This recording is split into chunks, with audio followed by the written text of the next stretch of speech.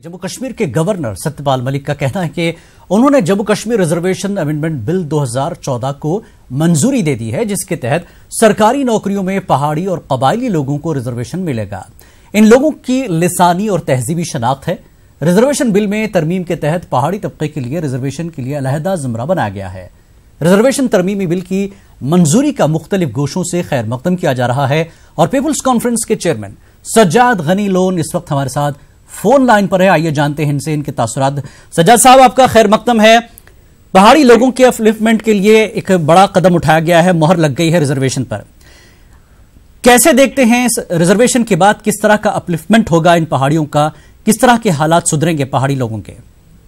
पहले तो मैं अपना खुशी का इजहार कर दूं और मुबारकबाद भी दूं अपने पहाड़ी भाई को। बिल्कुल, खुशी का इजहार इसलिए कि उस वक्त इंचार्ज सोशल वेलफेयर मिनिस्टर मैं था और मुझे मालूम है कि किन मरहलों से और किन मुश्किलात से हमें ये जो पहाड़ी रिजर्वेशन बिल है गवर्नर साहब के ऑफिस तक हम पहुंचा पाए जी। क्योंकि देखिए, सेक्रेटेरिएट में हजारों फाइलें होती हैं और एक फाइल को हकीकत बनाने में बहुत टाइम लगता है जी। इसमें हमारे पास बहुत बड़े मुश्किल, तो सबसे बड़ा मुश्किल था कि कम कैसे करें किसी का और बढ़ाएं कैसे। तो उसमें फिर हमने एक पूरी जो एक सच्चाई पर, हकीकत पर जो एक दलील थी दे दी कि इसमें ऐसा नहीं है कि किसी का कम हो रहा है। अगर आप पूरा मिलाकर देखें कि इसमें ज्यादा तबके जो है कवर होते हैं।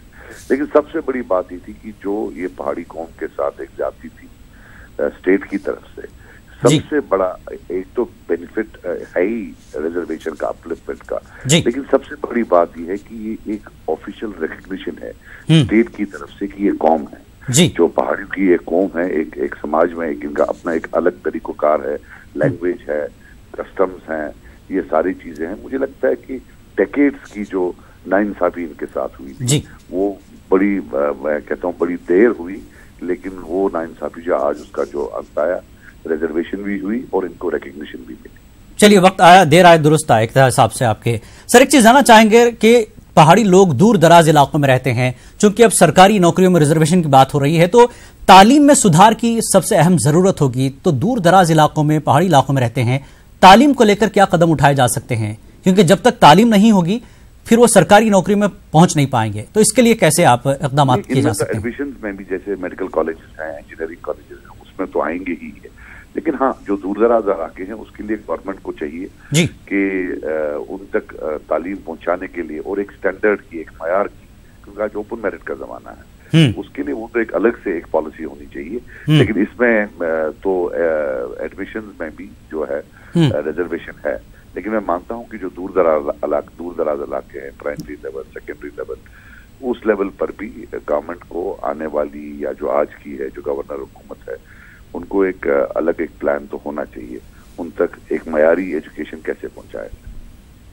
सज्जाद साहब, जिस तरह से वैसे पहाड़ी लोगों के और भी मुतालबात थे, असेंबली में भी एक तरह से वो अपनी मौजूदगी चाहते थे, इसको लेकर भी जो है मुतालबात थे कि उन्हें वहां पर भी रिजर्वेशन होना चाहिए। तो क्या आपकी पार्टी, अगर देखा जाए तो रिजर्वेशन के हवाले से जो हक बनता है असेंबली में, उनकी मौजूदगी का एहसास वहां होना चाहिए, आपकी पार्टी क्या यह हक, शुरुआत आपकी पार्टी से होगी?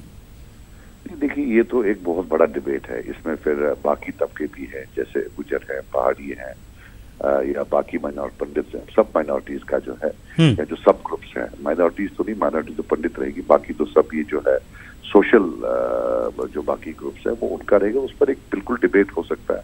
इंक्लूसिवनेस जो है वो तो आनी चाहिए। लेकिन मैं आपको एक बात बता दूं कि ये चाहे हमारे जितने भी ये बाकी सोशल ग्रुप्स हैं या उसके अलावा जो माइनॉरिटीज हैं, ये पिछली गवर्नमेंट से पूछना चाहिए कि जो एमएलसी का जो हाउस है, लेजिस्लेटिव काउंसिल, वो तो यही सारी, अगर कोई कमी कहीं हो किसी की रिप्रेजेंटेशन में, वो तो इसलिए रखा था, वो थोड़ी ना इसलिए रखा हुआ था कि आप जी वो बांट लें, जैसे कोई किसी जगह जी वो एमएलए नहीं बन रहा है तो उसको किसी ने मदद की, उसको एमएलसी बना दे।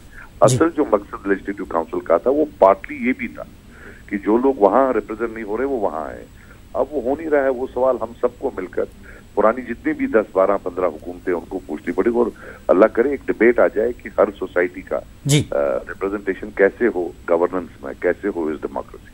जी सज्जाद साहब, जिस तरह से आपने खैर मकदम भी किया और कहा कि देर से ही सही लेकिन एक अच्छा कदम उठाया गया है पहाड़ी लोगों के लिए, सभी पार्टियां आप चाहेंगी कि पहाड़ी लोगों को साथ लिया जाए, उनके लिए काम किया जाए, लेकिन अभी तक जो देर हुई है उसके लिए कसूरवार कौन होगा और जो अब तक नुकसान पहाड़ी लोगों का हुआ है उसको फिलफुल कैसे किया जाएगा?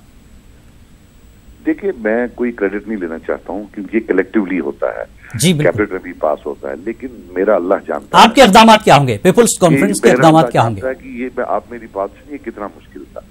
कभी हमें एक चिट्ठी आती थी, कभी दूसरी चिट्ठी आती थी, कभी कोई केस कर देता था जी। तो किस तरीके से बड़ी मुश्किल से नेविगेट करके वहां पहुंचे हैं। और नो डाउट इस पर मैं आपको ये भी बता दूं कि ये इनका एक हमने प्रपोजल सेंटर में भी भेजा है जी, जो कि एक सेंट्रल की रिजर्वेशन का वो भी हमने भेजा हुआ है।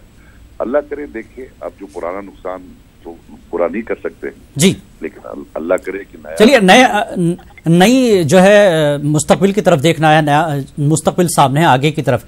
पीपुल्स कॉन्फ्रेंस के पास क्या खाका है पहाड़ी लोगों के अपलिफ्टमेंट के लिए, उनकी तरक्की के लिए? कुछ खाका तो जहन में होगा ही।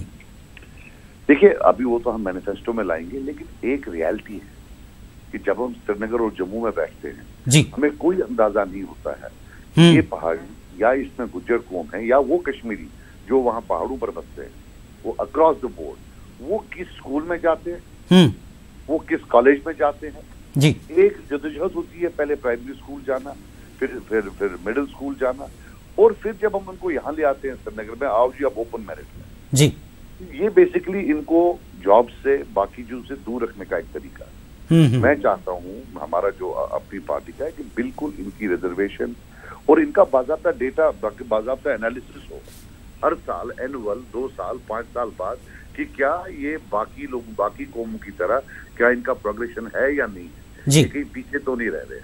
तो उसके लिए तो एक system in there has to be a system in place. लेकिन हमारा सबसे बड़ा बात है, मैं खुद देहात का हूँ और हमने देखा हुआ है कि किन मुश्किलात में, किन चोटियों पर से लेकर छोटे बच्चे पढ़ने आते हैं अपने प्राइमरी स्कूल के लिए। अपने बच्चों को तो हम यहाँ स्कूल में आधा किलोमीटर भी पैदल नहीं जाने देते जी जी। लेकिन एक हकीकत है कि ये जो पहाड़ों के बच्चे होते हैं ये तो एक एक पहाड़ चढ़कर सिर्फ अपना प्राइमरी या मिडिल स्कूल के लिए जाते हैं जी। तो मैं आपको ये भी बता दूं कि जितना पैसा स्कूलों पर खर्चा हुआ है और कुछ तो है नहीं, अगर सच में वो हुआ होता, सच में वहाँ स्कूल होते और सच में वहाँ तालीम होती तो शायद किसी पहाड़ के बच्चे को पहाड़ चलकर प्राइमरी स्कूल में नहीं जाना पड़ा होता आज की डेट। जी बिल्कुल। बहरहाल एक नई कोशिश, एक अच्छा कदम जो है पहाड़ी लोगों के लिए खुशखबरी है एक तरह से। बहुत बहुत शुक्रिया सज्जाद साहब, आपने हमारे लिए वक्त निकाला, जैसा कि आपने भी खैर मकदम किया है, बेहद शुक्रिया आपका। कि पहाड़ी लोगों के लिए एक अच्छी खबर यही है कि गवर्नर ने 2014 अमेंडमेंट बिल पर मंजूरी दे दी है, जो रिजर्वेशन को लेकर थी पहाड़ी लोगों के लिए। वो अब जैसा कि पीपल कॉन्फ्रेंस के चेयरमैन सज्जाद गनी लोन ने कहा कि इसको पूरी तरह से देखा जाएगा, अपलिफ्टमेंट के लिए क्या क्या चीजें हो सकती है। बहरहाल नौकरियों में, सरकारी नौकरियों में रिजर्वेशन के लिए एक अच्छा मौका पहाड़ी लोगों के लिए है। इसके लिए दूर दराज इलाकों में रहने वालों के लिए तालीम का बंदोबस्त सबसे अहम होगा। आगे बढ़ेंगे, नजर डालेंगे मध्य प्रदेश की सुर्खियों पर।